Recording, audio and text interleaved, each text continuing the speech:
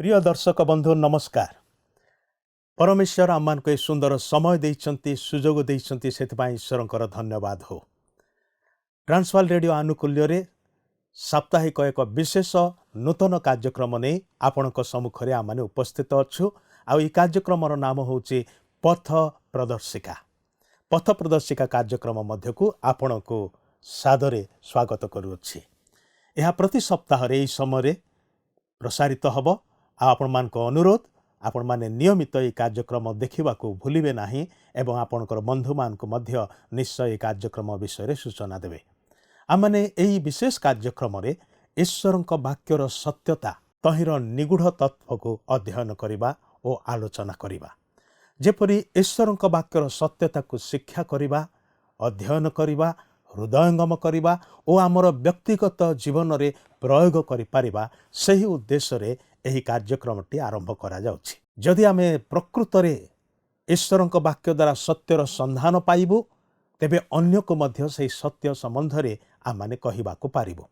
जो सत्य वाक्य जानिबा और जीवन रे प्रयोग करिबा द्वारा पवित्र आत्माଙ୍କ शक्ति रे आमे रूपांतरित होई पारिबा। एही पथ प्रदर्शिका कार्यक्रम आमको जीवनर एक लक्ष्य स्थल को नहीं जीव। आमे आम यात्रा शेष रे अनंत काल आममानकर सृष्टिकर्ता प्रेमी परमेश्वर सहित बास करने को पारिबा। आमने एही अध्ययन रे ईश्वरଙ୍କର पवित्र बाइबल रो लुकलिखित सुसमाचार सेही पुस्तक विषय रे दृष्टिपात करिबा पई जाउछु। समुदाय नूतन नियम रे अंतर्भुक्त पुस्तक मानकर क्रम रे एवं चारि मंगल समाचार मध्य रे स्थानित तृतीय पुस्तक होछि लुकलिखित सुसमाचार। साधु पाउल कलसिय 4 पर्वर 14 पदरे एक कथा लुकଙ୍କ विषय उल्लेख करी कहन्ति, से होछन्ति जणे प्रिय वैद्य, अर्थात लुक जणे डाक्तर थिले। पवित्र बाइबल रो पुस्तक गुड़िकर लेखक मानक मध्यरे लुक जणे ही अणजिहुदी अटन्ति। आउ से दुईटी गुरुत्वपूर्ण पुस्तक अर्थात ए लुकलिखित सुसमाचार एवं आउ एक पुस्तक जार नाम होछि प्रेरित मानक कार्यर विवरण। ए दुईटी पुस्तकर लेखक भाव में परमेश्वर ताहांको मनोनीत करिअछन्ति। लुकଙ୍କ सुसमाचार रे प्रभु जीशु ख्रीष्टଙ୍କର जन्म, जीवनी, शिक्षा, कार्य, मृत्यु, पुनरुत्थान और स्वर्गारोहणर एक ऐतिहासिक विवरण रहिथिबा बेले प्रेरित पुस्तक रे ख्रीष्टଙ୍କ मंडलीर संक्षिप्त इतिहास उल्लेख अछि। सामंजस्य रखुथिबा तीनोटी सुसमाचार मध्यरे जदिओ लुकलिखित सुसमाचार अन्यतम अटे, तथापि एही पुस्तक रे केतेक वृत्तांत अछि जहा माथ्यू और मार्क पुस्तक रे देखिबाको मिले नाही। कुमारी गर्भरे जात होइथिबा प्रभु जीशुଙ୍କ जन्म संबंधी एक दीर्घ विवरण केवल वैद्य लुक ही प्रदान करन्ति। एही सुसमाचार रे वर्णित 20टी आश्चर्य कर्म मध्यरु 6टीर विवरण अन्य सुसमाचार रे देखिबाको मिले नाही। प्रभु जीशुଙ୍କ कथित 23टी दृष्टांत मध्यरु 18 गोटी दृष्टांत अन्य सुसमाचार रे आपण पाइबे नाही। उदाहरण स्वरूप उत्तम समीरणीय, अपव्यय पुत्रर दृष्टांत, धनी और दरिद्र लाजार दृष्टांत, एपरि अनेक गुड़ा दृष्टांत केवल एही सुसमाचार मध्यरे लेखा अछि। पुनरुत्थानर प्रथम संध्यारे इमाय ग्राम को जाउथिबा 2 जन शिष्यंक मध्यरे पुनर्थित शरीर रे उपस्थित होई प्रभु जीशु प्रमाणित करथिले जे से मृत्युंजय अटन्ति और जुगे जुगे जीवित अटन्ति। एही सुसमाचार रे ईश्वरଙ୍କ पुत्र जीशु ख्रीष्टଙ୍କ मानवत्व को सुंदर भाव में उपस्थापन करा जायछि। जदिओ उभय बाप्तिजक जोहन और जीशुଙ୍କର जन्म विषय प्रथम अध्याय घोषणा करा जायछि, तथापि एक अध्याय मूलतः बाप्तिजक जोहनଙ୍କ विषय प्रकाश करे। एही सुसमाचार मूल उद्देश्य को वर्णना करी पुस्तकटी प्रारंभ रे काहा निमंते, काहिकी और किपरि लेखा जाई अछि लेखक लुक सेथिर एक संक्षिप्त विवृत्ति प्रथम 4 पदरे देई अछंती। आउ आजिर अध्ययन रे आमने सेही विषय रे पुंखानुपुंख भाव रे आलोचना करिबा। आसंतु ताहले वर्तमान आमे प्रभुंकर वाक्य मध्य को जिबा। आज आमे पवित्र बाइबल रो द्वितीय भाग जहा कि नूतन नियम, से नूतन नियम रो तृतीय पुस्तक अर्थात लुक लिखित सुसमाचार पाठ करबा को जिबा। तेबे सेही पुस्तकटी को अध्ययन करबा को जिबा पूर्वरु सेही पुस्तकर भूमिका संपर्क रे आमे किछि आलोचना करिबा और एहा परे पुस्तकटी को अध्ययन करिबा। प्रथमे आमे एही लुक लिखित सुसमाचार लेखक किए ଓ ସେହି ଲେଖକଙ୍କ ସମ୍ପର୍କରେ କିଛି ଜାଣିବାକୁ ଚେଷ୍ଟା କରିବା। ତେବେ ଏହି ଲୋକଲିଖିତ ସୁସମାଚାରର ଲେଖକ ହେଉଛନ୍ତି ଲୁକ ନିଜେ। ସେ ଜଣେ ବୈଦ୍ୟ ଥିଲେ, ଯାହାକି ଆପଣ କଲସୀୟ ପୁସ୍ତକ 4 ପର୍ବର 14 ପଦରେ ଦେଖିବାକୁ ପାରିବେ। ସେଠାରେ ଏହିପରି ଲେଖା ଅଛି, ପ୍ରିୟ ବୈଦ୍ୟ ଲୁକ ଓ ଦିମା ତୁମାନଙ୍କୁ ନମସ୍କାର ଜଣାଉଅଛନ୍ତି। ତେଣୁକରି ଆପଣ ଦେଖିବାକୁ ପାରିବେ ଯେ ଏହି ଲୁକ ସୁସମାଚାରରେ କେତେକ ଡାକ୍ତରୀ ଶବ୍ଦ ପ୍ରୟୋଗ କରାଯାଇଅଛି। ଲୁକ ପବିତ୍ର ଆତ୍ମାଙ୍କ ସହାୟତା ଦ୍ୱାରା ଏହି ପୁସ୍ତକକୁ ଯେଉଁପରି ଭାବେ ଉଲ୍ଲେଖ କରିଅଛନ୍ତି, ତଦ୍ୱାରା ଜଣାଯାଏ ଯେ ଧର୍ମଶାସ୍ତ୍ର ଆକସ୍ମିକ ଭାବେ ଲେଖକମାନଙ୍କ ଦ୍ୱାରା ଲେଖାଯାଇ ନାହିଁ, ମାତ୍ର ଏକ ଐଶ୍ୱରିକ ଚାଳନା ଦ୍ୱାରା ଲିଖିତ ହୋଇଅଛି। ଲୁକ ତାଙ୍କ ସମୟରେ ଜଣେ ବୈଜ୍ଞାନିକ ରୂପେ ମଧ୍ୟ ପରିଚିତ ଥିଲେ। ସେ ମଧ୍ୟ ନୂତନ ନିୟମର ସମସ୍ତ ଲେଖକମାନଙ୍କ ମଧ୍ୟରେ ଜଣେ ଥିଲେ, ଯିଏକି ଅତି ସୁନ୍ଦର ଗ୍ରୀକ୍ ଭାଷା ଲେଖୁଥିଲେ। ସେ ବାସ୍ତବରେ ଜଣେ ଐତିହାସିକ ଲେଖକ ଥିଲେ। ସେ ମଧ୍ୟ ଜଣେ ଉତ୍ତମ କବି ଥିଲେ। ସେ ମଧ୍ୟ ଜଣେ କଳାକାର ଥିଲେ। ସେ ଯୀଶୁଖ୍ରୀଷ୍ଟଙ୍କର ଅତି ଚମତ୍କାର ଦୃଷ୍ଟାନ୍ତମାଳାକୁ ଆମମାନଙ୍କ ନିକଟରେ ଅତି ସୁନ୍ଦର ଭାବରେ ଉପସ୍ଥାପିତ କରିଅଛନ୍ତି। ଏହା ବ୍ୟତୀତ ପରମ୍ପରାଗତ ପ୍ରଥା ମଧ୍ୟ ଲୋକଙ୍କ ବିଷୟରେ ଅନେକ କିଛି ତଥ୍ୟ ପ୍ରଦାନ କରେ। ସେ ମରିୟମଙ୍କ ଦୃଷ୍ଟିକୋଣରୁ ନେଇ, ଅର୍ଥାତ୍ ମରିୟମକୁ ଦୃଷ୍ଟି ଆଗରେ ରଖି ତାଙ୍କର ସୁସମାଚାର ଉଲ୍ଲେଖ କରିଅଛନ୍ତି, ଯାହାକି ପ୍ରମାଣିତ କରେ ଯେ ସେ ସେହି ସୁସମାଚାର ଲେଖିବା ନିମନ୍ତେ ମରିୟମଙ୍କଠାରୁ କିଛି ତଥ୍ୟ ସଂଗ୍ରହ କରିଥିଲେ। ଏଥିସହିତ ସେ ମଧ୍ୟ ଜଣେ ବିଜାତୀୟ ଥିଲେ, ଯାହାକି ପାଉଲ କଲସୀୟ ପୁସ୍ତକର 4 ପର୍ବରେ ଉଲ୍ଲେଖ କରନ୍ତି। କାରଣ କଲସୀୟ ପୁସ୍ତକର 4 ପର୍ବରେ ଯେତେବେଳେ ସେ 2ଟି ଦଳ ବିଷୟ ନେଇ ଉଲ୍ଲେଖ କରନ୍ତି, ଅର୍ଥାତ୍ ସୁନ୍ନତ ପ୍ରାପ୍ତ ହୋଇଥିବା ଦଳ ଓ ବିଜାତୀୟ ଦଳ ବିଷୟ ନେଇ ଉଲ୍ଲେଖ କରନ୍ତି, ସେତେବେଳେ ସେ ଲୋକଙ୍କୁ ମଧ୍ୟ ସେହି ବିଜାତୀୟ ଦଳର ଅନ୍ତର୍ଭୁକ୍ତ କରନ୍ତି। ଏହା ମଧ୍ୟ ଆଜି ଆମମାନଙ୍କ ନିମନ୍ତେ ଉତ୍ସାହଜନକ ଯେ ଆମମାନେ ମଧ୍ୟ ବିଜାତୀୟ ହେଲେ ସୁଦ୍ଧା, ଅର୍ଥାତ୍ ସେହି ଇସ୍ରାଏଲ୍ ସନ୍ତାନଗଣ ମଧ୍ୟରେ ଗଣିତ ନ ହେଲେ ସୁଦ୍ଧା, ଯଦି ଆମେ ଖ୍ରୀଷ୍ଟ ଯୀଶୁଙ୍କଠାରେ ବିଶ୍ୱାସ କରି ତାହାଙ୍କୁ ନିଜ ହୃଦୟରେ ଗ୍ରହଣ କରୁ, ତାହେଲେ ଆମେ ମଧ୍ୟ ଈଶ୍ୱରଙ୍କ ସନ୍ତାନ ରୂପେ ଗଣିତ ହୋଇପାରିବା। କାରଣ ଲୋକ ଜଣେ ବିଜାତୀୟ ହେଲେ ମଧ୍ୟ ଈଶ୍ୱରଙ୍କ ସେବା ନିମନ୍ତେ ମନୋନୀତ ହୋଇଥିଲେ ଓ ସେ ମଧ୍ୟ ପ୍ରେରିତ ପାଉଲଙ୍କ ସହିତ ସୁସମାଚାର ପ୍ରଚାର କାର୍ଯ୍ୟରେ ନିଜକୁ ନିୟୋଜିତ କରିଥିଲେ। କାରଣ ଆପଣ ଜାଣିଥିବେ ଯେ ଲୋକ ମଧ୍ୟ ସେହି ପ୍ରେରିତ ପୁସ୍ତକ ଲେଖିଥିଲେ, ଯେଉଁ ପୁସ୍ତକରେ ଆମେ ଦେଖିବାକୁ ପାଉ ଯେ ଲୋକ ପ୍ରେରିତ ପାଉଲଙ୍କର ମଧ୍ୟ ଏକ ସହକର୍ମୀ ଭାବେ ସୁସମାଚାର ପ୍ରଚାର କାର୍ଯ୍ୟରେ ନିଜକୁ ନିୟୋଜିତ କରିଥିଲେ। ପ୍ରେରିତ 16 ପର୍ବର 10 ପଦରେ ଏହିପରି ଲେଖା ଅଛି, ସେ ଏହି ଦର୍ଶନ ପାଇଲା ପରେ ଆମ୍ଭେମାନେ ତତ୍କ୍ଷଣାତ୍ ମାକିଦୋନିଆକୁ ଯିବା ପାଇଁ ଚେଷ୍ଟା କଲୁ। ଏଠାରେ ଆପଣ ଲକ୍ଷ୍ୟ କରିବେ, ଲୋକ ନିଜକୁ ମଧ୍ୟ ଯୋଗ କରି ଆମ୍ଭେମାନେ ବୋଲି ଉଲ୍ଲେଖ କରନ୍ତି। ଏହିଠାରୁ ସେ ଆମ୍ଭେମାନେ ଶବ୍ଦଟି ପ୍ରାୟ ବ୍ୟବହାର କରିଛନ୍ତି। ଏଥିସହିତ ସେ ନିଜକୁ ମଧ୍ୟ କେତେକ ସ୍ଥାନରେ ବ୍ୟକ୍ତିଗତ ଭାବରେ ପ୍ରକାଶ କରନ୍ତି। ତେଣୁ ଏଥିରୁ ଜଣାଯାଏ ଯେ ଲୋକ ମଧ୍ୟ ପାଉଲଙ୍କର ଦ୍ୱିତୀୟ ଥର ହୋଇପାରେ ତୃତୀୟ ଥର ପ୍ରଚାର ଯାତ୍ରାରେ ପାଉଲଙ୍କ ସହିତ ସୁସମାଚାର ପ୍ରଚାର କାର୍ଯ୍ୟରେ ଅଂଶୀ ହୋଇଥିଲେ। ସମ୍ଭବତଃ ସେ ପାଉଲଙ୍କ ଶିକ୍ଷା ଦ୍ୱାରା ପରିବର୍ତ୍ତିତ ହୋଇ ତାଙ୍କ ସହିତ ଦ୍ୱିତୀୟ ପ୍ରଚାର ଯାତ୍ରାରେ ଅଂଶୀ ହୋଇ ଶେଷ ପର୍ଯ୍ୟନ୍ତ ତାଙ୍କ ସହିତ ଥିଲେ। କାରଣ ପାଉଲ ଯେତେବେଳେ ତିମୋଥୀଙ୍କ ନିକଟକୁ ଦ୍ୱିତୀୟ ଥର ପତ୍ର ଲେଖନ୍ତି, ସେତେବେଳେ ସେ ଏହିପରି ଲେଖନ୍ତି, କେବଳ ଲୋକ ମୋ ସହିତ ଅଛନ୍ତି, ଯାହାକି ଆପଣ ଦ୍ୱିତୀୟ ତିମୋଥୀ ପୁସ୍ତକ ତାର 4 ପର୍ବର 11 ପଦରେ ଦେଖିବାକୁ ପାରିବେ। ତେଣୁ ଏହି ସମସ୍ତ ବିଷୟରୁ ପ୍ରମାଣିତ ହୁଏ ଯେ ପାଉଲ କାହିଁକି ଲୋକଙ୍କୁ ପ୍ରିୟ ବୈଦ୍ୟ ଲୋକ ବୋଲି ସମ୍ବୋଧନ କରନ୍ତି। କାରଣ ଲୋକ ତାଙ୍କ ସହିତରେ ଥିବାରୁ ସେ ଲୋକଙ୍କ ବିଷୟରେ ଯଥେଷ୍ଟ କିଛି ଅଧିକ ଜାଣିଥିଲେ। ତେଣୁ ଏହିପରି ଏକ ବ୍ୟକ୍ତି ଈଶ୍ୱରଙ୍କଠାରୁ ଚାଳନା ପାଇ ପବିତ୍ର ଆତ୍ମାଙ୍କ ସହାୟତା ଦ୍ୱାରା ସୁସମାଚାର ଉଲ୍ଲେଖ କରିଅଛନ୍ତି, ଯାହାର ନାମ ଲୋକ ଲିଖିତ ସୁସମାଚାର। କାରଣ ଏହା ଲୋକଙ୍କ ଦ୍ୱାରା ଲିଖିତ ହୋଇଥିଲା। ବର୍ତ୍ତମାନ ଏହି ପୁସ୍ତକର ମୁଖ୍ୟ ପ୍ରସଙ୍ଗ ଉପରେ ଆମେ ଟିକେ ଦୃଷ୍ଟିପାତ କରିବା। ଏହି ଲୋକଲିଖିତ ସୁସମାଚାରର ମୁଖ୍ୟ ପ୍ରସଙ୍ଗ ହେଉଛି ଯେ ପ୍ରଭୁ ଯୀଶୁଖ୍ରୀଷ୍ଟ ମନୁଷ୍ୟପୁତ୍ର ଓ ସେ ବାସ୍ତବ ମନୁଷ୍ୟ ମଧ୍ୟ ଥିଲେ। କିନ୍ତୁ ସେ ଦ୍ୱିତୀୟ ମନୁଷ୍ୟ ଅର୍ଥାତ୍ ଶେଷ ଆଦମ ଅଟନ୍ତି। କାରଣ ପ୍ରଥମ ଆଦମଙ୍କ ଦ୍ୱାରା ପାପ ଜଗତରେ ପ୍ରବେଶ କଲା, ମାତ୍ର ଶେଷ ଆଦମଙ୍କ ଦ୍ୱାରା ଧାର୍ମିକତା ପ୍ରକାଶିତ ହେଲା। ଦେଖନ୍ତୁ, ପ୍ରଥମ କରିନ୍ଥୀୟ 15 ପର୍ବର 45-47 ପଦ ମଧ୍ୟରେ ଏହିପରି ଲେଖା ଅଛି, ଏହିପରି ମଧ୍ୟ ଲେଖା ଅଛି, ପ୍ରଥମ ମନୁଷ୍ୟ ଆଦମ ଜୀବିତ ପ୍ରାଣୀ ହେଲେ, ଶେଷ ଆଦମ ଜୀବନଦାୟକ ଆତ୍ମା ହେଲେ। ମାତ୍ର ଯାହା ଆତ୍ମିକ ତାହା ପ୍ରଥମ ନୁହେଁ, କିନ୍ତୁ ଯାହା ପ୍ରାକୃତିକ ତାହା ପ୍ରଥମ, ପରେ ଆତ୍ମିକ। ପ୍ରଥମ ମନୁଷ୍ୟ ପାର୍ଥିବ, ମୃତ୍ତିକାରେ ନିର୍ମିତ, ଦ୍ୱିତୀୟ ମନୁଷ୍ୟ ସ୍ୱର୍ଗରୁ ଆଗତ। ଏହି ବିଷୟ ଯୀଶୁଙ୍କୁ ଦର୍ଶାଏ। ସେ ହେଉଛନ୍ତି ଦ୍ୱିତୀୟ ମନୁଷ୍ୟ ଓ ଶେଷ ଆଦମ। କାରଣ ସେ ମନୁଷ୍ୟଙ୍କ ପରି ମନୁଷ୍ୟ ହେଲେ, ଯେପରି ସେ ମନୁଷ୍ୟମାନଙ୍କ ନିମନ୍ତେ ପ୍ରାୟଶ୍ଚିତ କାର୍ଯ୍ୟ ସାଧନ କରିପାରନ୍ତି। ସେଥିପାଇଁ ଏବ୍ରି 2 ପର୍ବର 17 ଓ 18 ପଦରେ ଏହିପରି ଲେଖା ଅଛି, ଅତଏବ ସମସ୍ତ ବିଷୟରେ ଆପଣା ଭ୍ରାତାମାନଙ୍କ ସଦୃଶ ହେବା ତାହାଙ୍କର ଉଚିତ ଥିଲା, ଯେପରି ସେ ଲୋକମାନଙ୍କ ପାପର ପ୍ରାୟଶ୍ଚିତ କରିବା ନିମନ୍ତେ ଈଶ୍ୱରଙ୍କ ସେବା ସମ୍ବନ୍ଧରେ ଜଣେ ଦୟାଳୁ ଓ ବିଶ୍ୱସ୍ତ ମହାଯାଜକ ହୁଅନ୍ତି।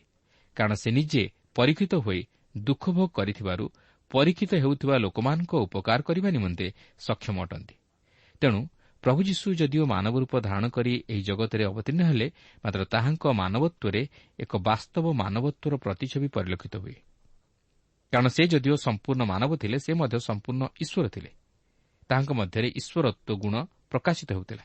ତେଣୁକରି ପ୍ରଥମ ଯୋହନ 3 ପର୍ବର 2 ପଦରେ ଏହିପରି ଲେଖା ଅଛି, ହେ ପ୍ରିୟମାନେ, ବର୍ତ୍ତମାନ ଆମ୍ଭେମାନେ ଈଶ୍ୱରଙ୍କ ସନ୍ତାନ ଅଟୁ, ଆଉ ଆମ୍ଭେମାନେ କ'ଣ ହେବା ତାହା ଏପର୍ଯ୍ୟନ୍ତ ପ୍ରକାଶିତ ହୋଇନାହିଁ। ଆମେମାନେ ଜାଣୁ ଯେ ସେ ଯେତେବେଳେ ପ୍ରକାଶିତ ହେବେ, ସେତେବେଳେ ଆମ୍ଭେମାନେ ତାହାଙ୍କ ସଦୃଶ ହେବା, କାରଣ ସେ ଯେପରି ଆମ୍ଭେମାନେ ସେହିପରି ତାହାଙ୍କୁ ଦର୍ଶନ କରିବା। ତେଣୁକରି ପ୍ରଭୁ ଯୀଶୁଖ୍ରୀଷ୍ଟ ହେଉଛନ୍ତି ଦ୍ୱିତୀୟ ମନୁଷ୍ୟ। ସେ ଯଦିଓ ମନୁଷ୍ୟ, ମାତ୍ର ପ୍ରଥମ ମନୁଷ୍ୟ ଆଦମଙ୍କଠାରୁ ଭିନ୍ନ। ସେ ନିଷ୍ପାପୀ, ନିଷ୍କଳଙ୍କ ଓ ପବିତ୍ର ଥିଲେ। ସେ ଧାର୍ମିକ ପୁରୁଷ ଥିଲେ। ତାହାଙ୍କଠାରେ ଈଶ୍ୱରଙ୍କ ଶକ୍ତି କାର୍ଯ୍ୟ କରୁଥିଲା ଓ ଈଶ୍ୱରଙ୍କ ଆତ୍ମା ତାହାଙ୍କଠାରେ ଅଧିଷ୍ଠାନ କରିଥିଲେ। ସେ ହେଉଛନ୍ତି ସେହି ଶେଷ ଆଦମ, ଯାହାଙ୍କ ଧାର୍ମିକତା ଦ୍ୱାରା ଆମେ ଧାର୍ମିକ ବୋଲି ଗଣିତ ହୋଇପାରିବା। ତେଣୁ ଏହି ଲୋକଲିଖିତ ସୁସମାଚାର ଅଧ୍ୟୟନ କରିବା ସମୟରେ ଆମେ ପ୍ରଭୁ ଯୀଶୁଙ୍କର ସେହି ମାନବତ୍ୱ ରୂପକୁ ଦେଖିପାରିବା, ଯାହାକି ଲୁକ ଅତି ସୁନ୍ଦର ଓ ସ୍ପଷ୍ଟ ଭାବରେ ଯୀଶୁଙ୍କର ବାସ୍ତବ ମାନବତ୍ୱ ରୂପକୁ ପ୍ରମାଣିତ କରିଅଛନ୍ତି। ଆସନ୍ତୁ ଦେଖିବା ଲୁକ ଏହି ସୁସମାଚାର ଲେଖିବାର ମୁଖ୍ୟ ଉଦ୍ଦେଶ୍ୟ କ'ଣ ଥିଲା। ତେବେ ସେହି ମୁଖ୍ୟ ଉଦ୍ଦେଶ୍ୟ ଜାଣିବା ପୂର୍ବରୁ ଏହି ପୁସ୍ତକରେ ଲିଖିତ ହୋଇଥିବା ଘଟଣାବଳୀର ସତ୍ୟତା ସମ୍ପର୍କରେ ଆପଣଙ୍କୁ କିଛି ଅବଗତ କରାଇବାକୁ ଚାହେଁ। ଆପଣଙ୍କ ମନରେ ବୋଧହୁଏ ପ୍ରଶ୍ନ ଉଠିପାରେ ଯେ ଲୁକ ଯେଉଁସବୁ ଘଟଣା ପ୍ରଭୁ ଯୀଶୁଖ୍ରୀଷ୍ଟଙ୍କ ବିଷୟ ନେଇ ବର୍ଣ୍ଣନା କରିଅଛନ୍ତି, ତହିଁରେ ତାଙ୍କର କିଛି ମନଗଢ଼ା କଥା ବା ଭୁଲ ନ ଥିବ ବୋଲି ଏପରି କିଛି ତ ମାନେ ନାହିଁ। ସେ ହୁଏତ ନିଜର ମନରୁ ମଧ୍ୟ କିଛି ମିଶାଇ ଲେଖିଥାଇପାରନ୍ତି। ହଁ, ବାସ୍ତବରେ ଏହି ପ୍ରଶ୍ନ ଆଜି ଅନେକଙ୍କ ମନରେ ଉଠେ। ତାଛଡ଼ା କେବଳ ବର୍ତ୍ତମାନ ନୁହେଁ, ଏଥିପୂର୍ବରୁ ମଧ୍ୟ ଅନେକ ବିଦ୍ୱାନମାନଙ୍କ ମଧ୍ୟରେ ଏହି ପ୍ରଶ୍ନ ନେଇ ଅନେକ କିଛି ଆଲୋଚନା ତଥା ପୁଙ୍ଖାନୁପୁଙ୍ଖ ତଦନ୍ତ ମଧ୍ୟ ହୋଇସାରିଛି। ବାସ୍ତବରେ ସେମାନେ ମଧ୍ୟ ଏହାର ସତ୍ୟାସତ୍ୟ ଉପରେ ବିଶ୍ୱାସ କରୁନଥିଲେ। କିନ୍ତୁ ଯେତେବେଳେ ସେମାନେ ଅନୁସନ୍ଧାନ କରି ଏହାର ସତ୍ୟାସତ୍ୟକୁ ଜାଣିପାରିଲେ, ସେତେବେଳେ ସେମାନେ ବିଶ୍ୱାସ କରିବାକୁ ଲାଗିଲେ। ପ୍ରଭୁଙ୍କର ଜଣେ ଭକ୍ତ ଦାସ, ଯିଏକି କେମ୍ବ୍ରିଜ୍ ବିଶ୍ୱବିଦ୍ୟାଳୟ ଜଣେ ମେଧାବୀ ଛାତ୍ର ଥିଲେ, ସେ ବାଇବଲର ସତ୍ୟାସତ୍ୟକୁ ଅପ୍ରମାଣିତ କରିବା ନିମନ୍ତେ ଚାହୁଁଥିଲେ। ସେ ଜାଣିଥିଲେ ଯେ ଲୁକ ତାଙ୍କର ସୁସମାଚାର ମଧ୍ୟରେ ଯୀଶୁଖ୍ରୀଷ୍ଟଙ୍କର ଏକ ଐତିହାସିକ ବିବରଣୀ ଉଲ୍ଲେଖ କରିଛନ୍ତି ଓ ସେ ମଧ୍ୟ ପ୍ରେରିତ ପାଉଲଙ୍କର ପ୍ରଚାର ଯାତ୍ରାର ବିବରଣୀ ପ୍ରେରିତ ପୁସ୍ତକରେ ଉଲ୍ଲେଖ କରିଛନ୍ତି ବୋଲି। ଆଉ ସେ ମଧ୍ୟ ଜାଣିଥିଲେ ଯେ ଅନେକ ଐତିହାସିକ ଲେଖକ ଭୁଲ କରନ୍ତି ଓ ଅନେକ ମିଥ୍ୟା ବିବରଣୀ ପ୍ରଦାନ କରନ୍ତି ବୋଲି। ତେଣୁକରି ସେ ଲୋକଙ୍କର ବିବରଣୀକୁ ଅପ୍ରମାଣିତ କରିବା ନିମନ୍ତେ, ଅର୍ଥାତ୍ ମିଥ୍ୟା ବୋଲି ପ୍ରମାଣିତ କରିବା ନିମନ୍ତେ ଜଣେ ପ୍ରାଚୀନ ଧ୍ୱଂସାବଶେଷର ଗବେଷଣାକାରୀ ହିସାବରେ ଏସିଆ ମାଇନରକୁ ଯାଇଥିଲେ। ସେ ଅତି ଯତ୍ନର ସହିତ ପ୍ରେରିତ ପାଉଲଙ୍କର ପ୍ରଚାର ଯାତ୍ରା ସମ୍ପର୍କରେ ଅନୁସନ୍ଧାନ କଲେ ଓ ସେହି ଏସିଆ ମାଇନର ଉପରେ ଏକ ପୁଙ୍ଖାନୁପୁଙ୍ଖ ଅନୁସନ୍ଧାନ ଚଳାଇଲେ। ଶେଷରେ ସେ ଏହି ସିଦ୍ଧାନ୍ତରେ ଉପନୀତ ହେଲେ ଯେ ଲୁକ ଯେଉଁ ସମସ୍ତ ଐତିହାସିକ ବିବରଣୀ ବା ତଥ୍ୟ ପ୍ରଦାନ କରିଅଛନ୍ତି, ତହିଁ ମଧ୍ୟରୁ କୌଣସିଟି ବିଷୟ ମଧ୍ୟ ଅସତ୍ୟ ନୁହେଁ, ସମସ୍ତ ହିଁ ସତ୍ୟ। ଯାହାଫଳରେ ସେ ମଧ୍ୟ ଏହି ସମସ୍ତ ସତ୍ୟାସତ୍ୟକୁ ଅନୁସନ୍ଧାନ କରି ଜାଣିବା ଫଳରେ ବିଶ୍ୱାସ କରିବାକୁ ଲାଗିଲେ ଓ ଶେଷରେ ସେ ମଧ୍ୟ ଜଣେ ବିଶ୍ୱାସୀ ହେଲେ। ସେ ମଧ୍ୟ ପାଉଲଙ୍କ ପ୍ରଚାର ଯାତ୍ରା ଉପରେ କେତେକ ପୁସ୍ତକ ଲେଖିଛନ୍ତି ଏବଂ ଏସିଆ ମାଇନରର ମଣ୍ଡଳୀ ଉପରେ ମଧ୍ୟ କେତେକ ପୁସ୍ତକ ଲେଖିଛନ୍ତି। ତେଣୁ ପ୍ରିୟ ବନ୍ଧୁ, ଆପଣ ମନେ ରଖନ୍ତୁ ଯେ ବାଇବଲର ପ୍ରତ୍ୟେକଟି ପୁସ୍ତକ କୌଣସି ମନଗଢ଼ା କାହାଣୀ ନୁହେଁ ବା ଅଚାନକ କୌଣସି ଲେଖକଙ୍କ ଦ୍ୱାରା ଲେଖାଯାଇ ନାହିଁ। ମାତ୍ର ଯେଉଁମାନେ ସେହି ସମସ୍ତ ପୁସ୍ତକ ଲେଖିଛନ୍ତି, ସେମାନେ ନିଜ ଜ୍ଞାନରୁ ବା ଚିନ୍ତାଧାରାରୁ ନୁହେଁ, ମାତ୍ର ଈଶ୍ୱରଙ୍କ ଦ୍ୱାରା ଚାଳିତ ହୋଇ ପବିତ୍ର ଆତ୍ମାଙ୍କ ସହାୟତା ଦ୍ୱାରା ତାହା ପ୍ରକାଶ କରିଅଛନ୍ତି ଓ ଯାହା କେବଳ ସତ୍ୟ ତାହା ହିଁ ପ୍ରକାଶ କରନ୍ତି। ସେଥିପାଇଁ ଦ୍ୱିତୀୟ ତିମୋଥୀ 3 ପର୍ବର 16-17 ପଦରେ ଏହିପରି ଲେଖା ଅଛି, ସମସ୍ତ ଶାସ୍ତ୍ର ଈଶ୍ୱର ନିଶ୍ୱାସିତ ଏବଂ ଶିକ୍ଷା, ଅନୁଯୋଗ, ସଂଶୋଧନ ଓ ଧାର୍ମିକତା ସମ୍ବନ୍ଧୀୟ ଶାସନ ନିମନ୍ତେ ଉପକାରୀ, ଯେପରି ଈଶ୍ୱରଙ୍କ ଲୋକ ସିଦ୍ଧ ହୋଇ ସମସ୍ତ ଉତ୍ତମ କାର୍ଯ୍ୟ ନିମନ୍ତେ ସୁସଜ୍ଜିତ ହୁଏ।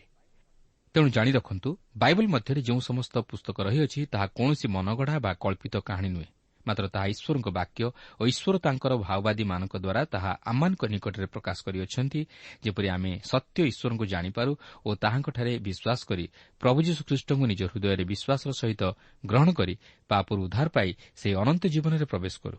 କାରଣ ଏହା ହିଁ ହେଉଛି ଈଶ୍ୱରଙ୍କର ଉଦ୍ଦେଶ୍ୟ, ଯେପରି ସମଗ୍ର ମାନବ ଜାତି ପାପରୁ ଉଦ୍ଧାର ପାଇ ପରିତ୍ରାଣର ଅଧିକାରୀ ହୁଅନ୍ତି। ତେବେ ଆସନ୍ତୁ ଦେଖିବା ଲୁକ ତାଙ୍କର ଏହି ସୁସମାଚାର ଲେଖିବା ପଛରେ କି ଉଦ୍ଦେଶ୍ୟ ଥିଲା।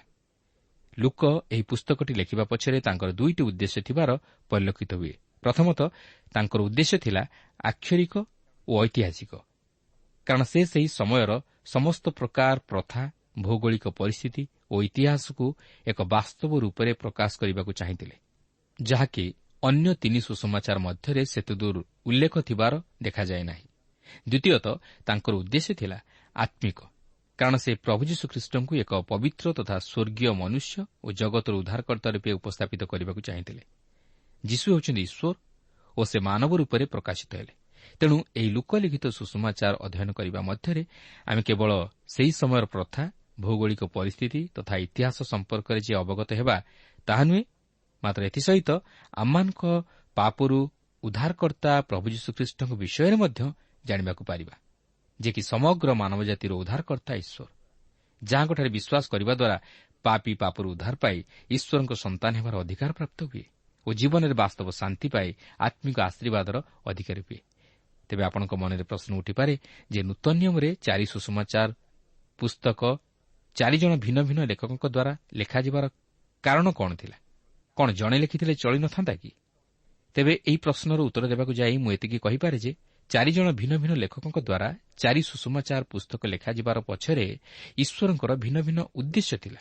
ଯଦିଓ 4ଟି ଯାକ ସୁସମାଚାରରେ ଯୀଶୁଖ୍ରୀଷ୍ଟଙ୍କର ଜୀବନୀ ଓ ତାଙ୍କର କାର୍ଯ୍ୟ ଲିପିବଦ୍ଧ ହୋଇଅଛି, ତଥାପି ଏହି 4 ଜଣ ଲେଖକ ପ୍ରଭୁ ଯୀଶୁଖ୍ରୀଷ୍ଟଙ୍କୁ ଭିନ୍ନ ଭିନ୍ନ ରୂପରେ ଉପସ୍ଥାପିତ କରନ୍ତି। ମାଥ୍ୟୁ ପ୍ରଭୁ ଯୀଶୁଖ୍ରୀଷ୍ଟଙ୍କୁ ମସିହ ବା ରାଜା ରୂପେ ଉପସ୍ଥାପିତ କରନ୍ତି। ମାର୍କ ଯୀଶୁଙ୍କୁ ଜଣେ ଦାସ ହିସାବରେ ଉପସ୍ଥାପିତ କରନ୍ତି। ଲୁକ ପ୍ରଭୁ ଯୀଶୁଙ୍କୁ ମନୁଷ୍ୟପୁତ୍ର ବା ବାସ୍ତବ ମନୁଷ୍ୟ ହିସାବରେ ଉପସ୍ଥାପିତ କରନ୍ତି ଓ ଯୋହନ ପ୍ରଭୁ ଯୀଶୁଙ୍କୁ ଈଶ୍ୱରଙ୍କ ପୁତ୍ର ହିସାବରେ ଉପସ୍ଥାପିତ କରନ୍ତି। ମାତ୍ର ଲୁକ ଯଦିଓ ଯୀଶୁଙ୍କୁ ମନୁଷ୍ୟ ପୁତ୍ର ଭାବରେ ଉପସ୍ଥାପିତ କରନ୍ତି, ମାତ୍ର ଯୀଶୁ ଯେ ଈଶ୍ୱର ତାହା ସେ ନିଜେ ଅନୁସନ୍ଧାନ କରି ପ୍ରକାଶ କରନ୍ତି, କାରଣ ଲୁକ ଓ ଯୋହନଙ୍କର ଲେଖନୀରେ ଅନେକ କିଛି ସମନ୍ୱୟ ଥିବାର ଆମେ ଲକ୍ଷ୍ୟ କରୁଛୁ। ମାତ୍ର ଲୁକଙ୍କର ଶୈଳୀ ଓ ଉପସ୍ଥାପନା ଯୋହନଙ୍କଠାରୁ ଭିନ୍ନ ଥିଲା। ଲୁକ ଯଦିଓ ପ୍ରଭୁ ଯୀଶୁଖ୍ରୀଷ୍ଟଙ୍କୁ ପବିତ୍ର ତଥା ସ୍ୱର୍ଗୀୟ ଈଶ୍ୱରଙ୍କ ପୁତ୍ର ଭାବରେ ଉପସ୍ଥାପିତ କରନ୍ତି, ମାତ୍ର ତହିଁ ମଧ୍ୟରେ ସେ ପ୍ରଭୁ ଯୀଶୁଖ୍ରୀଷ୍ଟଙ୍କର ବାସ୍ତବ ମାନବତ୍ୱକୁ ଉପସ୍ଥାପିତ କରନ୍ତି, ଯେ କି ଆମମାନଙ୍କର ଦୁର୍ବଳତା ଓ ବ୍ୟଥା ସବୁ ବହନ କରି ଆମମାନଙ୍କ ପ୍ରତି ଦୟା, ଅନୁଗ୍ରହ ଓ ପ୍ରେମ ପ୍ରଦର୍ଶନ କରିବା ନିମନ୍ତେ ଆମମାନଙ୍କ ପରି ମାନବ ରୂପରେ ଏହି ଜଗତକୁ ଅବତରଣ କଲେ। ସେ ହିଁ ସେହି ପ୍ରଧାନ ମହାଯାଜକ, ଯିଏକି ଆମମାନଙ୍କ ନିମନ୍ତେ ବଳି ସ୍ୱରୂପ ହୋଇ ଆମମାନଙ୍କର ପାପ ନିମନ୍ତେ ପ୍ରାୟଶ୍ଚିତ ସାଧନ କଲେ। ଆଜି ମଧ୍ୟ ସେ ପିତାଙ୍କ ଦକ୍ଷିଣ ପାର୍ଶ୍ୱରେ ଉପବେଶନ କରି ଆମମାନଙ୍କ ନିମନ୍ତେ ନିତ୍ୟ ନିବେଦନ କରୁଅଛନ୍ତି ଓ ସେହି ମହାଯାଜକର କାର୍ଯ୍ୟ ସମ୍ପାଦନ କରୁଅଛନ୍ତି। ତେବେ ଏଠାରେ ପ୍ରଶ୍ନ ଉଠେ ଯେ ଲୋକ କାହିଁକି ଯୀଶୁଙ୍କୁ ମନୁଷ୍ୟପୁତ୍ର ହିସାବରେ ବା ଏକ ବାସ୍ତବ ମନୁଷ୍ୟ ଭାବରେ ଉପସ୍ଥାପିତ କଲେ? ଏହାର କାରଣ କ'ଣ? ଆପଣ ଜାଣିଥିବେ ଯେ ଖ୍ରୀଷ୍ଟପୂର୍ବ 4ର୍ଥ ଶତାବ୍ଦୀରେ ଗ୍ରୀକ୍ ସଭ୍ୟତା ବହୁଳ ଭାବରେ ପ୍ରସାର ଲାଭ କରିଥିଲା। ଏହି ଗ୍ରୀକ୍ମାନେ ଦାର୍ଶନିକ ଚିନ୍ତାଧାରାରେ ପରିଚାଳିତ ହୋଇଥିଲେ ଓ ସେମାନେ ଭାବୁକ ଥିଲେ। ସେମାନେ ନିଜକୁ ଏକ ଉତ୍ତମ ମନୁଷ୍ୟ ଭାବରେ ଗଢ଼ିବାକୁ ଚେଷ୍ଟା କରୁଥିଲେ ଓ ଏକ ମନୁଷ୍ୟ ପରି ମନୁଷ୍ୟ ଭାବରେ ଜୀବନ ଅତିବାହିତ କରିବାକୁ ଚାହୁଁଥିଲେ। ସେମାନେ ଶାରୀରିକ ତଥା ମାନସିକ ଭାବରେ ଏକ ବାସ୍ତବ ମନୁଷ୍ୟ ହିସାବରେ ନିଜକୁ ପ୍ରତିଷ୍ଠିତ କରିବାକୁ ଚାହିଁଥିଲେ। ତେଣୁକରି ସେମାନେ ମନୁଷ୍ୟ ପରି ସେମାନଙ୍କର ଦେବତାମାନଙ୍କୁ ରୂପ ଦେଇ ନିର୍ମାଣ କରୁଥିଲେ। ସେମାନଙ୍କ ମଧ୍ୟରୁ କେତେକ ଏକ ଉନ୍ନତ ଧରଣର ଚରିତ୍ର ବିଶିଷ୍ଟ ମନୁଷ୍ୟର ଶୋଭାକୁ ପ୍ରକାଶିତ କରୁଥିଲେ ଓ ଆଉ କେତେକ ଦେବତା ପ୍ରତିଶୋଧ ପରାୟଣ ମନୋଭାବ ବିଶିଷ୍ଟ ରୂପକୁ ପ୍ରକାଶିତ କରୁଥିଲେ। ତେବେ ସେ ଯାହାହେଉନା କାହିଁକି, ଗ୍ରୀକ୍ ସଂସ୍କୃତି, ଭାଷା ଓ ଦାର୍ଶନିକ ଚିନ୍ତାଧାରା ଯଦିଓ ସେହି ପାଶ୍ଚାତ୍ୟ ସଭ୍ୟତା ମଧ୍ୟରେ ପ୍ରସାର ଲାଭ କରିଥିଲା, ତଥାପି ଗ୍ରୀକ୍ମାନେ ନିଜକୁ ଏକ ବାସ୍ତବ ମନୁଷ୍ୟ ଭାବରେ ଗଢ଼ିବା ନିମନ୍ତେ ବିଫଳ ହେଲେ। ସେମାନେ କେବଳ ଶାରୀରିକ ଭାବେ ନୁହେଁ, ଆତ୍ମିକ ଭାବେ ମଧ୍ୟ ଭାରସାମ୍ୟ ହରାଇ ଏକ ଉତ୍ତମ ନାଗରିକ ଭାବେ ନିଜକୁ ପ୍ରତିଷ୍ଠିତ କରିବାରେ ବିଫଳ ହେଲେ। ଏହି ଜଗତ ସେମାନଙ୍କ ନିମନ୍ତେ ସବୁକିଛି ହୋଇଗଲା। ଏହି ଜଗତ ମଧ୍ୟରେ ସେମାନେ ନିଜକୁ ହଜେଇ ଦେଲେ। ମାତ୍ର ସେହି ଆତ୍ମିକ ତଥା ଅଦୃଶ୍ୟ ଜଗତ ସେମାନଙ୍କ ଚିନ୍ତାଧାରାରୁ ଉଭେଇଗଲା ଓ ଶେଷରେ ସେମାନେ ଏକ ଅଜଣା ଦେବତାଙ୍କ ଉଦ୍ଦେଶ୍ୟରେ ନିଜକୁ ଉତ୍ସର୍ଗ କଲେ। ସେଥିପାଇଁ ପାଉଲ ଯେତେବେଳେ ଆଥିନି ଅର୍ଥାତ୍ ଏଥେନ୍ସରେ ଏହିସବୁ ବିଷୟ ଦେଖିଲେ, ସେତେବେଳେ ସେ ସେମାନଙ୍କ ନିକଟରେ ଜଣେ ବାସ୍ତବ ପବିତ୍ର ଧାର୍ମିକ ବ୍ୟକ୍ତିଙ୍କୁ ଉପସ୍ଥାପିତ କଲେ। ସେ ହେଲେ ପ୍ରଭୁ ଯୀଶୁଖ୍ରୀଷ୍ଟ, ଯିଏକି ନିଷ୍ପାପୀ ନିଷ୍କଳଙ୍କ ହୋଇ ଏହି ପାପୀ ମନୁଷ୍ୟମାନଙ୍କୁ ପାପରୁ ଉଦ୍ଧାର କରିବା ନିମନ୍ତେ ଏକ ମାନବ ରୂପ ଧାରଣ କରି ଏହି ଜଗତକୁ ଆସି ଜଗତର ଉଦ୍ଧାର ନିମନ୍ତେ ନିଜକୁ ଉତ୍ସର୍ଗ କଲେ। ସେହି ପ୍ରଭୁ ଯୀଶୁଙ୍କୁ ଲୋକ ମଧ୍ୟ ଏହି ଗ୍ରୀକ୍ମାନଙ୍କ ନିକଟରେ ଜଣେ ବାସ୍ତବ ପବିତ୍ର ତଥା ଧାର୍ମିକ ମନୁଷ୍ୟ ଭାବରେ ଉପସ୍ଥାପିତ କରନ୍ତି, ଯାହାକି ସେହି ଗ୍ରୀକ୍ମାନେ ଅପେକ୍ଷା କରୁଥିଲେ। କାରଣ ଲୋକ ଏହି ପୁସ୍ତକଟିକୁ ଗ୍ରୀକ୍ମାନଙ୍କୁ ଲକ୍ଷ୍ୟ କରି ଲେଖିଥିଲେ, ଯେପରି ସେମାନେ ପ୍ରଭୁ ଯୀଶୁଖ୍ରୀଷ୍ଟଙ୍କୁ ଗ୍ରହଣ କରି ପାପରୁ ଉଦ୍ଧାର ପାଇ ଧାର୍ମିକ ଗଣିତ ହୁଅନ୍ତି ଓ ଏକ ମଣିଷ ପରି ମଣିଷ ହୋଇ ଏହି ଜଗତରେ ଖ୍ରୀଷ୍ଟଙ୍କର ମହିମା ପ୍ରକାଶ କରନ୍ତି। ତେବେ ଆଜି ଆମେ କେଉଁପରି ଜୀବନ କାଟୁଛୁ? ଯଦି ଏହି ପୁସ୍ତକଟି ପାଠ କରି ଆମେ ପ୍ରଭୁ ଯୀଶୁଙ୍କୁ ବାସ୍ତବରେ ନ ଚିହ୍ନୁ, ତାହେଲେ ଆମର ଜୀବନ ବୃଥା। ମୁଁ ଆଶା କରେ ଯେ ଆମେ ପ୍ରତ୍ୟେକ ସେହି ପ୍ରଭୁ ଯୀଶୁଖ୍ରୀଷ୍ଟଙ୍କୁ ବାସ୍ତବରେ ନିଜ ଜୀବନରେ ଗ୍ରହଣ କରିବା ଦ୍ୱାରା ଏକ ମଣିଷ ପରି ମଣିଷ ହୋଇପାରିବା ଓ ପାପରୁ ଉଦ୍ଧାର ପାଇପାରିବା। ତେବେ ଏହି ଲୋକଲିଖିତ ସୁସମାଚାରର ପ୍ରଥମ ପର୍ବଟି ଅଧ୍ୟୟନ କରିବା ପୂର୍ବରୁ ମୁଁ ଆପଣଙ୍କୁ କେତେକ ଗୁରୁତ୍ୱପୂର୍ଣ୍ଣ ବିଷୟ ଅବଗତ କରାଇଦେବାକୁ ଚାହେଁ, ଯାହାକି ଲୋକ ତାଙ୍କର ପୁସ୍ତକରେ ଉଲ୍ଲେଖ କରିଛନ୍ତି, ମାତ୍ର ଅନ୍ୟ 3 ଜଣ ସୁସମାଚାର ଲେଖକ ତାହା ଉଲ୍ଲେଖ କରିନାହାନ୍ତି। ତେଣୁ ଆପଣ କେତେକ ବିଷୟ ଏହି ଲୋକ ପୁସ୍ତକରେ ଦେଖିବାକୁ ପାରିବେ, ଯାହାକି ମାଥ୍ୟୁ, ମାର୍କ ଓ ଜୋହନ ସୁସମାଚାର ମଧ୍ୟରେ ଆପଣ ଦେଖିବାକୁ ପାରିବେ ନାହିଁ। ଯଦିଓ ମାଥ୍ୟୁ, ମାର୍କ ଓ ଲୁକ ସୁସମାଚାର ମଧ୍ୟରେ ବର୍ଣ୍ଣିତ ହୋଇଥିବା ଘଟଣାବଳୀ ମଧ୍ୟରେ ଯଥେଷ୍ଟ ସାମଞ୍ଜସ୍ୟ ପରିଲକ୍ଷିତ ହୁଏ, ମାତ୍ର ତଥାପି ଲୋକଲିଖିତ ସୁସମାଚାର ମଧ୍ୟରେ କେତେକ ବିଶେଷ ଘଟଣା ବର୍ଣ୍ଣିତ ହୋଇଅଛି, ଯାହାକି ମାଥ୍ୟୁ ଓ ମାର୍କ ପୁସ୍ତକରେ ତାହା ନାହିଁ। ଦେଖନ୍ତୁ, ଲୁକ ତାଙ୍କର ସୁସମାଚାରରେ ଯୀଶୁଖ୍ରୀଷ୍ଟଙ୍କର ଜନ୍ମ ବୃତ୍ତାନ୍ତ ଯେତେ ସ୍ପଷ୍ଟ ତଥା ବିସ୍ତୃତ ଭାବରେ ବର୍ଣ୍ଣନା କରିଅଛନ୍ତି, ଅନ୍ୟ 3ଟି ସୁସମାଚାର ପୁସ୍ତକରେ ଅର୍ଥାତ୍ ମାଥ୍ୟୁ, ମାର୍କ ଓ ଜୋହନ ପୁସ୍ତକରେ ସେତେ ପ୍ରାଞ୍ଜଳ ତଥା ବିସ୍ତୃତ ଭାବରେ ବର୍ଣ୍ଣିତ ହୋଇନାହିଁ। ଲୁକ ତାଙ୍କର ସୁସମାଚାର ମଧ୍ୟରେ ଯେଉଁ 20ଟି ଆଶ୍ଚର୍ଯ୍ୟକର୍ମ ବିଷୟରେ ଉଲ୍ଲେଖ କରିଅଛନ୍ତି, ତହିଁରୁ 6ଟି ଆଶ୍ଚର୍ଯ୍ୟକର୍ମ ଅନ୍ୟ କୌଣସି ସୁସମାଚାର ମଧ୍ୟରେ ଉଲ୍ଲେଖ କରାଯାଇ ନାହିଁ। ଏପରିକି ସେ ତାଙ୍କର ସୁସମାଚାର ମଧ୍ୟରେ 23ଟି ଦୃଷ୍ଟାନ୍ତମାଳା ଉଲ୍ଲେଖ କରିଅଛନ୍ତି, ମାତ୍ର ସେଥିମଧ୍ୟରୁ 18ଟି ଅନ୍ୟ କୌଣସି ସୁସମାଚାର ମଧ୍ୟରେ ଉଲ୍ଲେଖ କରାଯାଇ ନାହିଁ। ତହିଁମଧ୍ୟରୁ ଅପବେୟୀ ପୁତ୍ରର ଦୃଷ୍ଟାନ୍ତ ଓ ଉତ୍ତମ ସମୀରଣିଆ ସ୍ତ୍ରୀର ଦୃଷ୍ଟାନ୍ତ ଏକ ରହସ୍ୟଜନକ। ସେ ମଧ୍ୟ ପୁନରୁତ୍ଥିତ ପ୍ରଭୁ ଯୀଶୁଙ୍କର ମାନବତ୍ୱ ଶରୀରରେ ସେହି ଇମାୟୁ ଗ୍ରାମକୁ ଚାଲି କରି ଯିବା ବିଷୟଟି ଉପସ୍ଥାପିତ କରନ୍ତି, ଯାହାକି ପ୍ରଭୁ ଯୀଶୁଙ୍କର ମୃତ୍ୟୁରୁ ପୁନରୁତ୍ଥିତ ହେବା ପରେ ମଧ୍ୟ ତାଙ୍କର ମାନବତ୍ୱକୁ ପ୍ରମାଣିତ କରେ। ଲୁକ ଏତଦ୍ୱାରା ପ୍ରଭୁ ଯୀଶୁଙ୍କର ଶାରୀରିକ ପୁନରୁତ୍ଥାନକୁ ପ୍ରକାଶିତ କରନ୍ତି। ଲୋକଙ୍କର ସୁସମାଚାର ମଧ୍ୟରେ ଏକ ସହାନୁଭୂତିର ବିଷୟ ଲକ୍ଷ୍ୟ କରାଯାଏ, ଯାହାକି ପ୍ରଭୁ ଯୀଶୁଖ୍ରୀଷ୍ଟଙ୍କର ବାସ୍ତବ ମାନବୀୟ ସ୍ୱଭାବକୁ ପ୍ରକାଶିତ କରେ। ଏହା ବ୍ୟତୀତ ଲୁକ ତାଙ୍କର ଲେଖା ମଧ୍ୟରେ ଅନେକାଂଶରେ ଡାକ୍ତରୀ ଶବ୍ଦ ପ୍ରୟୋଗ କରିଅଛନ୍ତି, ଯାହାକି ଅନ୍ୟ 3ଟି ସୁସମାଚାର ପୁସ୍ତକରେ ଦେଖିବାକୁ ମିଳେ ନାହିଁ। ତେଣୁ ଏହିପରି ଭାବେ ଲକ୍ଷ୍ୟ କଲେ ଆପଣ କେତେକ ପରିମାଣରେ ଭିନ୍ନତା ଲକ୍ଷ୍ୟ କରିବେ, ଯାହାକି ଅନ୍ୟ 3ଟି ସୁସମାଚାର ପୁସ୍ତକରେ ଦୃଷ୍ଟ ହୁଏ ନାହିଁ। କିନ୍ତୁ ଲୁକଙ୍କର ପ୍ରଧାନ ଉଦ୍ଦେଶ୍ୟ ଥିଲା ପ୍ରଭୁ ଯୀଶୁଙ୍କର ବାସ୍ତବ ମାନବତ୍ୱକୁ ପ୍ରମାଣିତ କରିବା। ଆସନ୍ତୁ ତାହେଲେ ଦେଖିବା ଲୁକ କିପରି ପ୍ରଭୁ ଯୀଶୁଙ୍କର ମାନବତ୍ୱକୁ ପ୍ରମାଣିତ କରିଅଛନ୍ତି। ବାସ୍ତବରେ ଏହି ପୁସ୍ତକଟିକୁ ଆମେ ଯଦି ଭଲ ଭାବେ ପାଠ କରିବା, ତାହେଲେ ପ୍ରଭୁ ଯୀଶୁଙ୍କର ବାସ୍ତବ ମାନବତ୍ୱକୁ ମଧ୍ୟ ଆମେ ଲକ୍ଷ୍ୟ କରିପାରିବା। ବାସ୍ତବରେ ଏହା ଅତି ଚମତ୍କାର ପୁସ୍ତକ ଓ ଲୁକ ମଧ୍ୟ ଅତି ଚମତ୍କାର ଭାବରେ ପ୍ରଭୁ ଯୀଶୁଙ୍କର ବାସ୍ତବ ମାନବତ୍ୱକୁ ଉପସ୍ଥାପିତ କରିଅଛନ୍ତି। ପ୍ରକୃତରେ ମୁଁ ଯେତେବେଳେ ଏହି ପୁସ୍ତକଟିକୁ ପାଠ କରେ, ସେତେବେଳେ ମୋତେ ଏତେ ଆନନ୍ଦ ଲାଗେ, ତାହା କହିଲେ ନ ସରେ। ଆଉ ମୁଁ ବେଳେବେଳେ ଭାବେ ଯେ ସତେ ଯେପରି ପ୍ରଭୁ ଯୀଶୁ ସେହି ମାନବ ଶରୀରରେ ମୋ ପାଖରେ ଅଛନ୍ତି ଭରା। ଆମ ଭାବେ ଆପଣ ମଧ୍ୟ ସେହିପରି ଅନୁଭବ କରିଥିବେ ବୋଲି। ଯଦି ଅନୁଭବ କରିନଥାନ୍ତି, ତାହେଲେ ମୋର ବିଶ୍ୱାସ ଆପଣ ଏହି ପୁସ୍ତକଟିକୁ ପାଠ କରିବା ସମୟରେ ନିଶ୍ଚୟ ସେହିପରି ଅନୁଭବ କରିବେ। କାରଣ ପ୍ରଭୁ ଯୀଶୁ ଆଜି ମଧ୍ୟ ଜୀବିତ ଓ ସେ ଆପଣଙ୍କ ସହିତ କଥାବାର୍ତ୍ତା କରିବାକୁ ଚାହାନ୍ତି। ଆସନ୍ତୁ ବର୍ତ୍ତମାନ ଆମର ଚିନ୍ତାଧାରାକୁ ନେଇଯିବା ଲୋକଲିଖିତ ସୁସମାଚାରର ପ୍ରଥମ ପର୍ବ ମଧ୍ୟକୁ। ଦେଖନ୍ତୁ ଲୁକ କିପରି ଭାବରେ ପ୍ରଭୁ ଯୀଶୁଙ୍କର ସେହି ଜନ୍ମ ବୃତ୍ତାନ୍ତକୁ ଉପସ୍ଥାପିତ କରିଅଛନ୍ତି। ଦେଖନ୍ତୁ ଲୁକ ପ୍ରଥମ ପର୍ବର ପ୍ରଥମ ପଦରୁ 4 ପଦ ମଧ୍ୟରେ ଏହିପରି ଲେଖା ଅଛି, ଆରମ୍ଭାବଧି ଯେଉଁମାନେ ଚାକ୍ଷୁଷ ସାକ୍ଷୀ ଓ ବାକ୍ୟର ପରିଚାରକ, ସେମାନେ ଆମମାନଙ୍କୁ ସମର୍ପଣ କରିବା ଅନୁସାରେ ଆମମାନଙ୍କ ମଧ୍ୟରେ ସାଧିତ ଘଟଣାବଳୀର ବିବରଣ ଅନେକ ଶୃଙ୍ଖଳିତ ରୂପେ ଲିପିବଦ୍ଧ କରିବାକୁ ପ୍ରବୃତ୍ତ ହୋଇଅଛନ୍ତି। ଅତଏବ ହେ ମାନ୍ୟବର ଥିଓଫିଲ୍, ଆଦ୍ୟରୁ ସମସ୍ତ ବିଷୟ ସୂକ୍ଷ୍ମ ରୂପେ ଅନୁସନ୍ଧାନ କରି ସେଥିର ଧାରାବାହିକ ବିବରଣ ଆପଣଙ୍କ ନିମନ୍ତେ ଲେଖିବାକୁ ମୁଁ ମଧ୍ୟ ବିହିତ ମନେ କଲି, ଯେପରି ଆପଣ ଯେ ସମସ୍ତ ବିଷୟ ଶିକ୍ଷାପ୍ରାପ୍ତ ହୋଇଅଛନ୍ତି, ସେସବୁର ନିଶ୍ଚୟତା ଜ୍ଞାତ ହୋଇପାରନ୍ତି।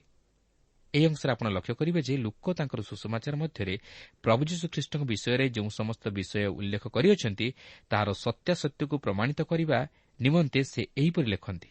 ତାଙ୍କର କହିବାର ଉଦ୍ଦେଶ୍ୟ ହେଉଛି ଯେ ସେ ଯେଉଁ ସମସ୍ତ ବିଷୟ ଉଲ୍ଲେଖ କରିଅଛନ୍ତି, ସେହି ସମସ୍ତ ବିଷୟର ସେ ଚାକ୍ଷୁଷ ସାକ୍ଷୀ ଓ ଯେଉଁମାନେ ଚାକ୍ଷୁଷ ସାକ୍ଷୀ, ସେମାନଙ୍କ ଦ୍ୱାରା ଲିପିବଦ୍ଧ ହୋଇଥିବା ବିଷୟସବୁକୁ ଅନୁସନ୍ଧାନ କରି ସେ ଏହି ସମସ୍ତ ବିଷୟର ସତ୍ୟାସତ୍ୟ ଉଲ୍ଲେଖ କରିଅଛନ୍ତି।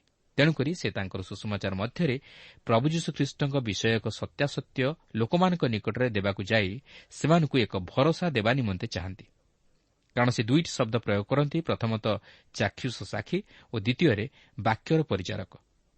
ଓ ଏହି ଦୁଇଟି ଶବ୍ଦ ଦ୍ୱାରା ସେ ତାଙ୍କର ସୁସମାଚାରର ସତ୍ୟାସତ୍ୟକୁ ଉପସ୍ଥାପିତ କରନ୍ତି। ଅର୍ଥାତ୍ ସେ କହିବାକୁ ଚାହାନ୍ତି ଯେ ସେ ନିଜେ ମଧ୍ୟ ଜଣେ ଚାକ୍ଷୁଷ ସାକ୍ଷୀ ଓ ସେ ସମସ୍ତ ଚାକ୍ଷୁଷ ସାକ୍ଷୀମାନଙ୍କର ଲିଖିତ ବିଷୟ ସବୁ ଭଲ ଭାବେ ଅନୁସନ୍ଧାନ କରି ପ୍ରଭୁ ଯୀଶୁଖ୍ରୀଷ୍ଟଙ୍କର ସତ୍ୟତାକୁ ଉଲ୍ଲେଖ କରିଅଛନ୍ତି। କାରଣ ସେ ସତ୍ୟ ଓ ଜୀବନ୍ତ ଈଶ୍ୱର। ସେ ସର୍ବବ୍ୟାପୀ, ସର୍ବଦର୍ଶୀ ଓ ସର୍ବଶକ୍ତିମାନ ଈଶ୍ୱର। ସେ ତାଙ୍କର ବାକ୍ୟ ଅନୁଯାୟୀ ସମସ୍ତ ବିଷୟ ସାଧନ କରନ୍ତି। ମାତ୍ର ଆମମାନଙ୍କର ସେହିପରି ଦୃଢ଼ ବିଶ୍ୱାସ ରହିବା ଆବଶ୍ୟକ। ସେଥିପାଇଁ ଏବ୍ରୀ ପୁସ୍ତକ 11 ପର୍ବର 6 ପଦରେ ଏହିପରି ଲେଖା ଅଛି, ଆଉ ବିଶ୍ୱାସ ବିନା ତାହାଙ୍କୁ ସନ୍ତୋଷ ପାତ୍ର ହେବା ଅସମ୍ଭବ।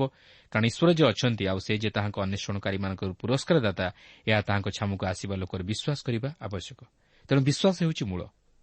ଆପଣ ଯଦି ବାଇବଲ ମଧ୍ୟରେ ଲିଖିତ ବିଷୟକୁ ନ ଜାଣନ୍ତି ଓ ତହିଁରେ ବିଶ୍ୱାସ ନ କରନ୍ତି, ତାହେଲେ ଆପଣ କେବେ ହେଲେ ସତ୍ୟ ଈଶ୍ୱରଙ୍କର ପରିଚୟ ପାଇପାରିବେ ନାହିଁ।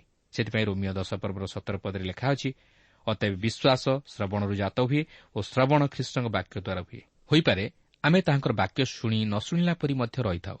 ତେଣୁ ମୁଁ ଭାବୁଛି ଯେ ଆଜି ଯଦି ଆମ ଜୀବନରେ ଆମେ ବିଶ୍ୱାସରେ ଦୁର୍ବଳ ହୋଇଯାଇଥାଉ, ତାହେଲେ ସମସ୍ୟାଟି ବାଇବଲ ସହିତ ନୁହେଁ ବା ପ୍ରଭୁ ଯୀଶୁଖ୍ରୀଷ୍ଟଙ୍କ ସହିତ ନୁହେଁ, ମାତ୍ର ଆମ ମଧ୍ୟରେ ସମସ୍ୟା ରହିଅଛି। କାରଣ ଆମେ ଈଶ୍ୱରଙ୍କ ବାକ୍ୟ ବିଷୟରେ ସମ୍ପୂର୍ଣ୍ଣ ଅଜ୍ଞ। ଆମେ ଈଶ୍ୱରଙ୍କ ବାକ୍ୟ ଶୁଣିଲେ ମଧ୍ୟ ତାହା ଗ୍ରହଣ କରିବାକୁ ଚାହୁଁନା କି ତଦନୁଯାୟୀ କାର୍ଯ୍ୟ କରିବାକୁ ଚାହୁଁନା। ଫଳତଃ ଆମେ ବିଶ୍ୱାସରେ ଦୁର୍ବଳ ହୋଇଯାଉ। ତେଣୁ ଏହି ଅଂଶରେ ମଧ୍ୟ ଦେଖିବେ ଯେ ଲୋକ ସେଥିପାଇଁ ସମସ୍ତ ବିଷୟର ସତ୍ୟାସତ୍ୟକୁ ପ୍ରମାଣିତ କରିବା ନିମନ୍ତେ ଏହିପରି ଉଲ୍ଲେଖ କରିଅଛନ୍ତି, ଯେପରି ପ୍ରତ୍ୟେକ ଲୋକ ପ୍ରଭୁ ଯୀଶୁଖ୍ରୀଷ୍ଟଙ୍କଠାରେ ବିଶ୍ୱାସ ତଥା ଭରସା ସ୍ଥାପନ କରନ୍ତି। ତେଣୁ ମୋର ଅନୁରୋଧ, ଆପଣ ଏହି ବାକ୍ୟ ଅଧ୍ୟୟନ ତଥା ଶ୍ରବଣ କରିବା ସଙ୍ଗେ ସଙ୍ଗେ ତହିଁରେ ବିଶ୍ୱାସ କରନ୍ତୁ। ତାହେଲେ ଆପଣ ପ୍ରଭୁ ଯୀଶୁଙ୍କର ପରିଚୟ ପାଇବେ। ପ୍ରଭୁ ପ୍ରତ୍ୟେକଙ୍କୁ ଆଶୀର୍ବାଦ କରୁ। ପ୍ରିୟ ବନ୍ଧୁ, ଆମେ ବିଶ୍ୱାସ କରୁ ଯେ ଈଶ୍ୱର ତାଙ୍କ ଜୀବନ୍ତ ବାକ୍ୟ ଦ୍ୱାରା ଆଜି ନିଶ୍ଚୟ ଆପଣଙ୍କ ସହିତ କଥା କହିଅଛନ୍ତି। ଯଦି ଆପଣ ଏହି କାର୍ଯ୍ୟକ୍ରମ ଶୁଣିବା ଦ୍ୱାରା ଦେଖିବା ଦ୍ୱାରା ଉପକୃତ ହୋଇଛନ୍ତି, ତେବେ ନିଶ୍ଚୟ ଆମ ସାଙ୍ଗରେ ଯୋଗାଯୋଗ କରିବା ପାଇଁ ଭୁଲିବେ ନାହିଁ। ସ୍କ୍ରିନ୍ରେ ଯେଉଁ ଠିକଣାଟି ଦିଆଯାଉଛି କିମ୍ବା ଯେଉଁ ଫୋନ୍ ନମ୍ବରଟି ଦିଆଯାଉଛି, ଆମକୁ ନିଶ୍ଚୟ କଲ୍ କରିବା ପାଇଁ ଭୁଲିବେ ନାହିଁ। ଆପଣଙ୍କର ଯଦି କିଛି ପ୍ରାର୍ଥନାର ଅନୁରୋଧ ଅଛି, ତାହେଲେ ତାହା ମଧ୍ୟ ଜଣାନ୍ତୁ। ଆମେ ଆପଣଙ୍କ ପାଇଁ ନିଶ୍ଚିତ ରୂପେ ପ୍ରାର୍ଥନା କରିବୁ। ତେବେ ଆସନ୍ତୁ ସେହି ପ୍ରଭୁଙ୍କର ନିକଟରେ ଆମମାନେ ନିଜ ନିଜକୁ ସମର୍ପଣ କରିବା। ଆଜିର ଆଲୋଚନାରେ ଆମମାନେ ଯାହା ଶୁଣିଲୁ, ତଦନୁସାରେ ନିଜକୁ ପ୍ରଭୁଙ୍କ ହସ୍ତରେ ଦେବା, ପ୍ରାର୍ଥନା କରିବା। ମୁଁ ପ୍ରାର୍ଥନା କରୁଛି, ଆପଣ ମୋ ସହିତ ପ୍ରାର୍ଥନାରେ ଯୋଗ ଦିଅନ୍ତୁ। ସ୍ୱର୍ଗସ୍ଥ ପିତା ପରମେଶ୍ୱର, ତୁମର ପ୍ରଶଂସା ଆରାଧନା କରୁଛୁ। ତୁମେ ଏକମାତ୍ର ସତ୍ୟ ଜୀବିତ ପରମେଶ୍ୱର। ମାତ୍ର ପୃଥିବୀର ମନୁଷ୍ୟମାନଙ୍କୁ ତୁମେ କେତେ ଯେ ପ୍ରେମ କରୁଅଛ, ସେଥିପାଇଁ ତୁମର ଏକମାତ୍ର ପୁତ୍ର ପ୍ରଭୁ ଯୀଶୁଖ୍ରୀଷ୍ଟଙ୍କୁ ମନୁଷ୍ୟ ରୂପରେ ଏହି ଧରାପୃଷ୍ଠକୁ ପଠେଇଲ। ପ୍ରଭୁ, ଯେ ଆମମାନଙ୍କୁ ପ୍ରେମ କରି ଆସିଲେ, ଆମ ନିମନ୍ତେ ସାନ ଶିଶୁଟି ହେଇ ଜନ୍ମ ନେଲେ। କେବଳ ତାହା ନୁହେଁ, କିନ୍ତୁ ଆମମାନଙ୍କର ମଧ୍ୟରେ ବସବାସ କଲେ। ଆମମାନଙ୍କର ମଧ୍ୟରେ ସେ ଅନେକ ଆଶ୍ଚର୍ଯ୍ୟ କାର୍ଯ୍ୟ ସବୁ କଲେ। ଶେଷରେ ଆପଣା ଜୀବନକୁ ଦେଲେ। ପ୍ରଭୁ, ତୁମର ଏ ଅପାର ପ୍ରେମ ପାଇଁ ଧନ୍ୟବାଦ କରୁଛୁ। ଆଜି ଶ୍ରୋତା ବନ୍ଧୁମାନଙ୍କୁ ଏବଂ ଦର୍ଶକ ବନ୍ଧୁମାନଙ୍କୁ ତୁମ ଚରଣ ତଳେ ରଖୁଅଛି। ପ୍ରତ୍ୟେକଙ୍କୁ ତୁମେ ଜାଣିଛ, ସେମାନଙ୍କର ବର୍ତ୍ତମାନର ପରିସ୍ଥିତି, ଯେଉଁ ସମସ୍ତ ଦୁଃଖ, କ୍ଲେଶ, ଅସୁବିଧା, ପୀଡ଼ା ମଧ୍ୟ ଦେଇ ଗତି କରୁଛନ୍ତି, ସେ ସବୁରୁ ତୁମେ ସେମାନଙ୍କୁ ଉଦ୍ଧାର କର, ସୁସ୍ଥତା ପଠାଅ। ଗୌରବ କେବଳ ତୁମର ହଉ। ପ୍ରାର୍ଥନା ଶୁଣିଲ ବୋଲି ଧନ୍ୟବାଦ ଦେଇ ଯୀଶୁଙ୍କ ନାମରେ ମାଗୁଅଛୁ, ଆମେନ୍। ବହୁତ ବହୁତ ଧନ୍ୟବାଦ ଆଜିର ଏହି କାର୍ଯ୍ୟକ୍ରମରେ ଯୋଗ ଦେଇଥିବାରୁ। ପ୍ରଭୁ ଆପଣଙ୍କୁ ଆଶୀର୍ବାଦ କରନ୍ତୁ। প্রিয় বন্ধু, আশা করু আপনার আম পথ প্রদর্শিকা কার্যক্রম নিশ্চয় ভাল লাগিথিব।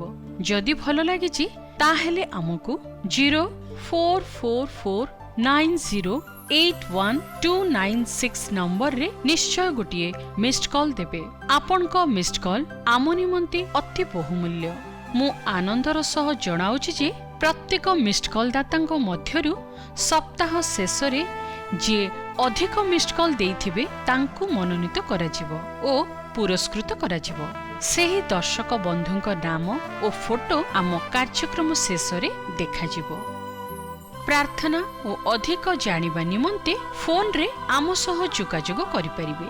ଆମ ଟେଲିଫୋନ ନମ୍ବର ହେଲା 9777221415। ଆପଣ ଇମେଲରେ ମଧ୍ୟ ଆମ ସହିତ ଯୋଗାଯୋଗ କରିପାରିବେ। ଆମ ଇମେଲ ଠିକଣାଟି ହେଲା oriyattv@radio882.com। ଆଉ ଆମ ଠିକଣା ଟିଭି ସ୍କ୍ରିନରେ ଦିଆଯାଇଅଛି। ଧନ୍ୟବାଦ। ଭଲରେ ରୁହନ୍ତୁ, ସୁସ୍ଥ ରୁହନ୍ତୁ।